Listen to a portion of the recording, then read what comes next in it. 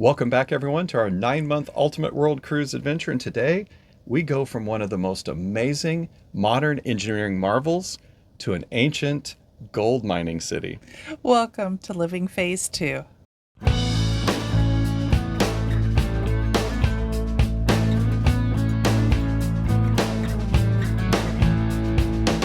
Hi, I'm Mike. And I'm Nancy, and we're empty nesters striving to live life to the fullest. And we're living that full life, going all the way around the world on Royal Caribbean's 9-month Ultimate World Cruise on Serenade of the Seas. We sure are. Well, we're halfway around the world right now. We're in Taipei, Taiwan, and we've got a busy day today. Royal Caribbean is giving us one of what they call their Royal Escapes. Now, just to backtrack a little bit, before the World Cruise ever started, they let us know that as a gift to us, kind of a surprise. Yeah, as a surprise, they were giving the full world cruisers 4 additional excursions that they call escapes, and this happened to be one of them. This is the second now. The first one was when we went to a winery in Montevideo, Uruguay. Right, so go back and if you can take a look at that. That was an amazing one. So we're real excited about this one. We know this is going to be a good one too. But we got up, we got out of the ship and onto a bus. The weather was a little bit sporty though. Yeah, I was a little kind of watching. I was like, okay, we're going to the tallest building in the world, Taipei 101. or it was the tallest building for a while. Yeah, and I was a little worried, is it going to be full of clouds? Are we going to be able to see out? But as we drove and got more away from the port and into town, which is about a 30-minute drive, 30 to 40-minute drive, things really did clear up a little bit. It did. Yep, so that was good. Well, when we arrived there, it was still cloudy, but we could see clear to the top of it, which you can see here. And it looks like a bamboo shoot. That was how they built it, was to look like a bamboo shoot, which represents good luck. It also represents strength. So that was part of their design. Yeah, absolutely. So they got us all together, got us into the elevators, which, by the way, the elevators here in Taipei 101 were for actually quite some time the fastest ones in the world. They go 38 miles an hour, and we got all the way up to the 89th floor. Yeah, the 88th floor in 38 seconds. Yep. And yeah, I think I had to clear my ears 4 times on the way up. I did too. It was quite a ride. We get up there, and once we got off, it was really nice. They had traditional Taiwanese music playing.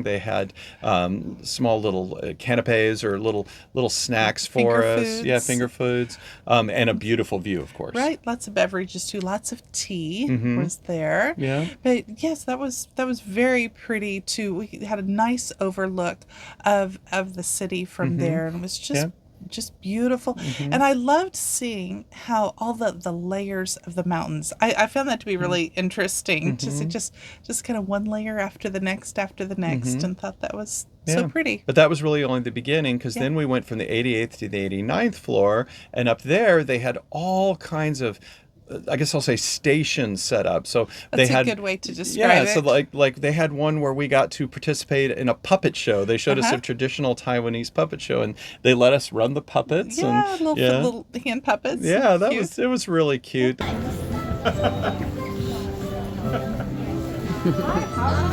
thank you. How are you? Good, thank you. I haven't seen you in a while. I know. Hope everything is going good. Yeah. So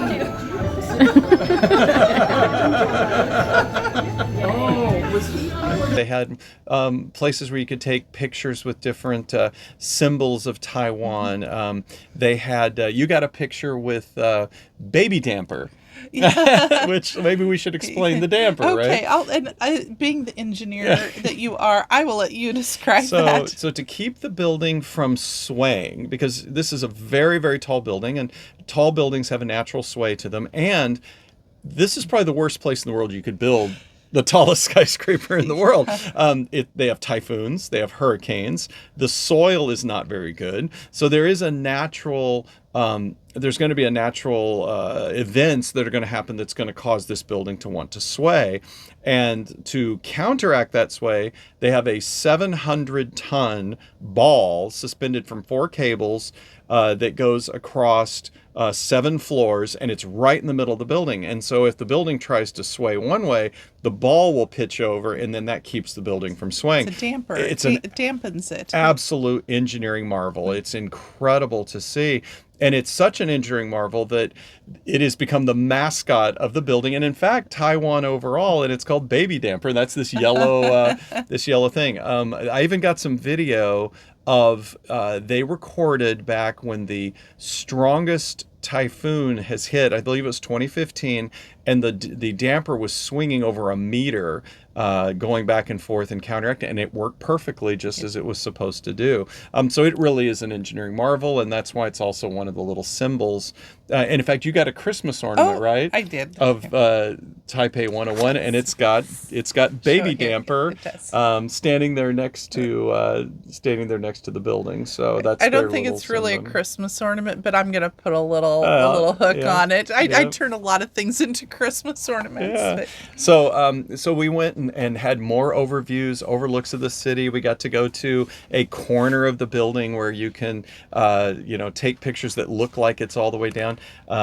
Then we walked down the staircase to go from 89 back to 88. And the neat thing there is there's a little sign, Mind the Gap, and you look down between the staircases, and it's 90 floors straight Yeah. down. Oh, So my goodness. that's kind of a little neat to see kind of there. unnerving. Yeah. But I had a great time out there seeing the city. I yeah. did too. It was just really neat. I think Royal Caribbean did a fabulous job. So did everyone that was involved in Tour in the guides production and, of all of this, because just the shows, the costumes, everything was fabulous. Yeah, It and really the was. logistics of moving almost 700 of us through this process and getting us to the top and letting us all have a good experience. That was, hats off. I mean, the Very logistics special. was really good. Well, then we came down from the top, and in Taipei 101 in the building, they have a massive mall shopping area we walked through. Didn't really stop to do any shopping, but just saw it. But Just high-end shops. very high-end there. shops, yeah, and beautiful in there. In fact,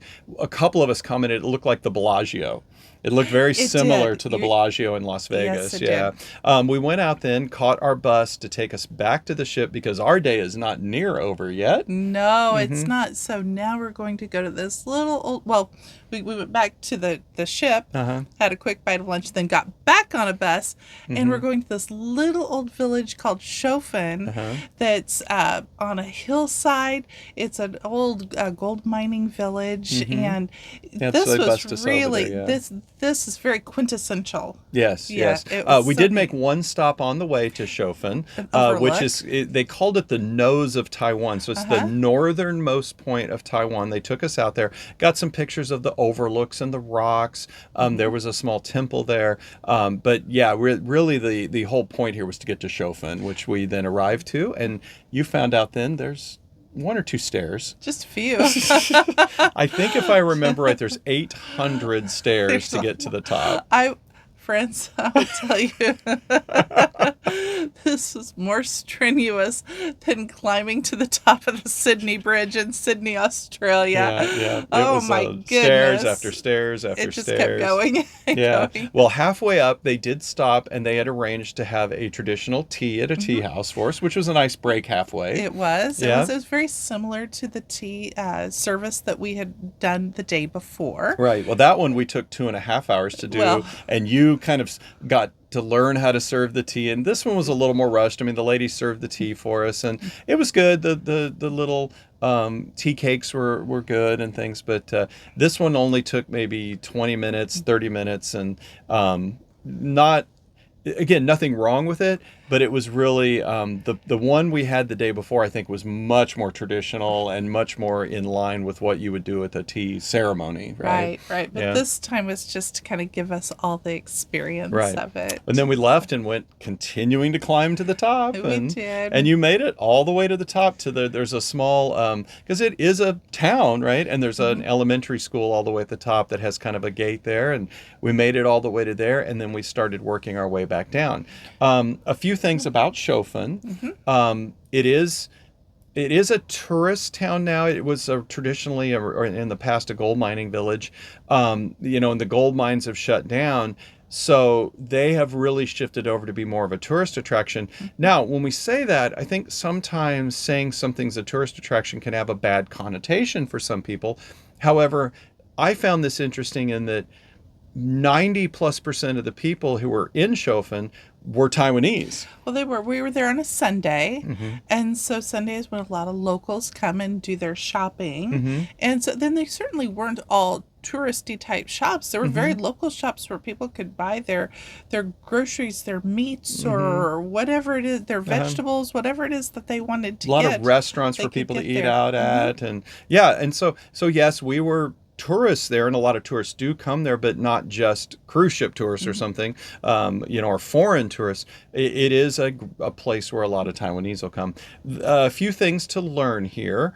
We did not really have time to stop and get local currency, which was to our detriment because these shops would only take, Taiwanese currency, and they would not take credit cards. Yes. Some of these little tiny places wouldn't take a credit card. Right. So if you didn't have local currency and they didn't take a credit card, then of course you're not going to buy anything. And that's really kind of a pro tip here.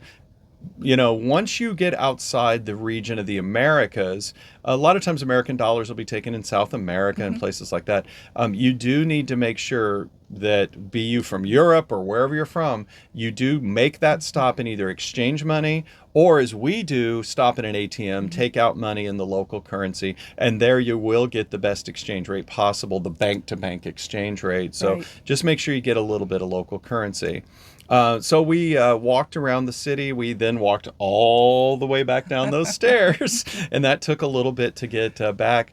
Got on our bus, made it back to the ship, actually back to Taipei. They dropped us off at the ship, but we still had about 2.5 hours before our ship was going to depart. We did. So we were going to walk around just a little beyond the port area. There are streets and streets of shopping and food, and we thought, well, we'll get some dinner now at this point. Right. There's a night market there. Again, on these streets, they are not taking U.S. currency. They are also not taking credit cards, but we did find an ATM, and we were able to get a little local currency. So we found a dumpling house, which was quite good. Oh, so good. and nothing was in English, but there were pictures, so we were able to point to what you wanted. And that's what we found in most of the Asian countries we've come across so far. They're great about having pictures on their menus. So Many times. So whereas it's it may only be in the local language, you can at least point and say, I know that's a dumpling. Okay, let's go with that. And so we kind of spun the wheel, and we picked 2 kinds of dumplings and some soups that had dumplings in them and some noodles, and we sat on the street or on the sidewalk in a little table and just enjoyed our meal. That was really good.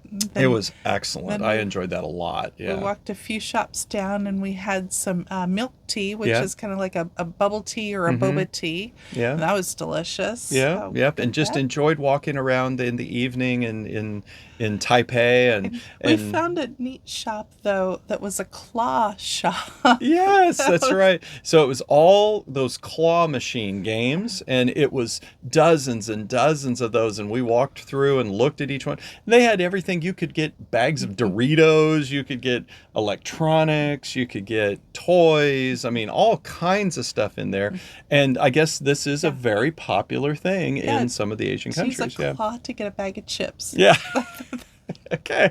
Yep. And it was a full-size bag, you know. So, that was really interesting. So after walking the streets, we headed back to the ship, and honestly, we had to get a little bit of rest because the next day we are heading to Ishigashii, Japan, where we are going to get some amazing sushi. It really, I think, is probably the best we've ever had. Right. So first, we want to invite you to like, subscribe, and turn on those notifications, because not only do we have that coming up, we'll be in Dubai soon. We've been saying we were at the tallest building, but it was only the tallest building, the For 6 Taipei years. 101 for 6 years. Uh-huh. Right. And then the Burj Khalifa. it was built, and that is still currently the tallest building, and we will be visiting that In Dubai. relatively soon here. That's right. So, That's right. So, be sure to like, subscribe. Yep. So that way you don't miss any of our 9-month around the world ultimate adventure that we're having. Well, as always, thank you very much for tuning in. We hope this appreciate has you. been fun and educational, and we'll see you again soon. Have a great day. Bye-bye. Bye-bye now.